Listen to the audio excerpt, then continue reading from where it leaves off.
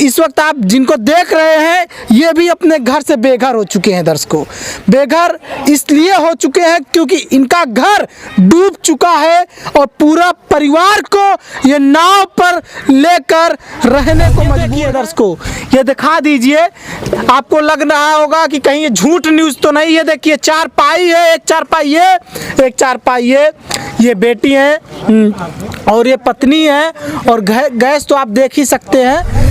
तो दर्शकों, आप तो जानते ही हैं कि जब बाढ़ आता है तो पूरा भारत प्रभावित हो जाता है। बिहार, उत्तर प्रदेश, महाराष्ट्र, न जाने कितने राज्य प्रभावित हो जाते हैं। यहाँ तक कि नौबत ऐसा हो जाता है, ऐसा आ जाता है कि लाखों लोग अपने घर से बेघर हो जाते हैं। उनका जो आशियाना होता है वो डूब जाता है। दर्शकों, इसी तरह से प्रयागराज में हूँ मैं और प्रयागराज में इस वक्त इस तरह से बाढ़ है दर्शकों कि प्रयागराज, गंगा नदी, यमुना नदी के आसपास के जो गांव हैं सारे डूब चुके हैं। सारे लोग घर से बेघर हो चुके हैं। इसी तरह से जिस गांव में मैं आया हूं दर्शकों, ये कंजासा गांव है प्रयागराज का और ये यमुना नदी के किनारे है। और इस वक्त आप जिनको देख रहे हैं ये भी अपने घर से बेघर हो चुके हैं। दर्शकों, बेघर इसलिए हो चुके हैं क्योंकि इनका घर डूब चुका है और पूरा परिवार को ये नाव पर लेकर रहने को मजबूर हैं।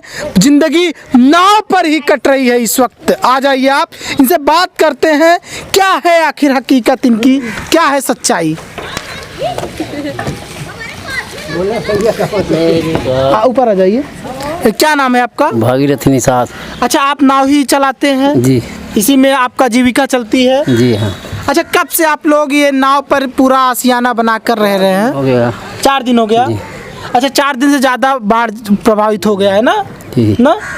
और ये देख सकते हैं दर्शकों, आइए दिखा देते हैं, गैस सिलेंडर वगैरह अंदर ही रखा है और इसी तरह से इनका ज़िंदगी चल रहा है। इनके बेटे हैं, आपके पिताजी हैं वो, क्या नाम है आपका?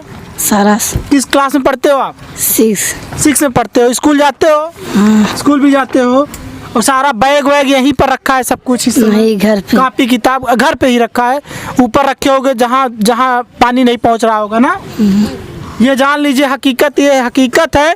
और ये देखिए दर्शकों, ये दिखा दीजिए, आपको लग रहा होगा कि कहीं ये झूठ न्यूज़ तो नहीं है। देखिए, चारपाई है, एक चारपाई है, एक चारपाई है, ये बेटी है और ये पत्नी है और गैस तो आप देख ही सकते हैं। आइए पूछते हैं कि अच्छा ये बताइए, क्या राहत वगैरह, राहत सामग्री पहुंच रही है आपके? खाना पीना मिला था। खाना पीना दे रहे हैं? जी। क्या दे रहे हैं खाना पीना में? अरे पूड़ी, खा उधर पूड़ी सब्जी चावल।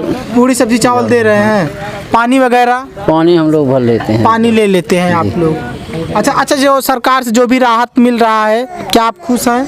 अरे ठीक है, टाइम से तो मिली ना भाई। खाना सुबह आदमी 9-10 बजे खाते, 12-1 बजे से खाना। अच्छा, ये है हकीकत। आइए आपको अंदर लेकर चलते हैं और दिखाते हैं और इनसे पूछते हैं क्या आवास सरकारी लाभ मिल रहा है कि नहीं। आ जाइए। क्या नाम है आपका? आरती। तो अच्छे बताइए, सरकारी लाभ में क्या आवास वगैरह मिला था आपको? आवास वगैरह कुछ नहीं मिला है। और जो बच्चे पढ़ाई करते हैं, पढ़ाई का जो है डीबीटी का पैसा आया है इनके आपके खाते में? बच्चों के ड्रेस का पैसा आया था? हाँ, आया था। अच्छा, सरकार से कितना खुश है? सरकार से आप खुश हैं? इस सरकार से? सरकार से खुश हैं आप? बताइए। हाँ, नहीं खुश है। अच्छा, ये बताइए, जिस तरह से सरकार काम कर रही है, आवास आपको मिला? नहीं मिला है? नहीं मिला है। आवास नहीं मिला है। तो जान लीजिए दर्शकों, आवास किसको मिलना चाहिए?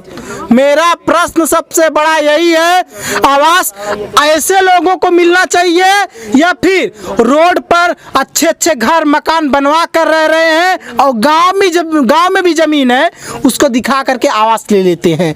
लेकिन हकीकत में आवास के हकदार यही है। आप जान लीजिए दर्शकों, कितने बच्चे हैं आपके?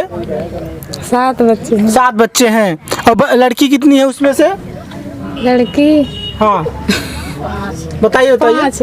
5 लड़कियां हैं और क्या कहते हैं 2 लड़के ना। ये जान लीजिए दर्शकों, इस तरह से चल रहा है इनकी जीवन, इस तरह से चल रही है इनकी जीविका। ना तो आवास मिला है सरकार के तरफ से इनको, और राशन कार्ड बना है। जी बना है। राशन कार्ड बना है जी। और शौचालय मिला था? नहीं। शौचालय भी नहीं मिला था।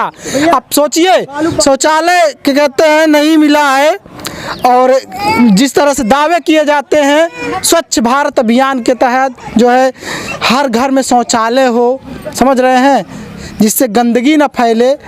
जब इनको मिलेगा तभी तो यूज करेंगे, इनको घर आवास मिलेगा तभी तो यूज करेंगे, वरना ये इसी तरह से रहने को मजबूर हो जाएंगे। मान लीजिए इन्होंने जो भी घर बनवाया हो, जो भी जिस तरह से बनवाया हो मेहनत की कमाई करके, सबसे बड़ा सवाल मेरा ये बनता है, अपने मेहनत से बनवा लिए हैं, ठीक है, क्या सरकार की जिम्मेदारी नहीं है ऐसे लोगों को चिन्हित कर करके इनको लाभ पहुंचाया जाना चाहिए? इस वक्त देखिए बहुत सारे लोग हैं, हो सकता है इनका घर ना डूबा हो सकता है इनको जो है सरकारी लाभ की आवश्यकता ही ना हो, लेकिन इस परिवार को सरकारी लाभ की आवश्यकता है। और मैं सरकार से ये प्रश्न पूछता रहूँगा, तब तक पूछता रहूँगा जब तक भारत के सारे गरीबों को उनका हक नहीं मिल जाता। बहुत बहुत धन्यवाद।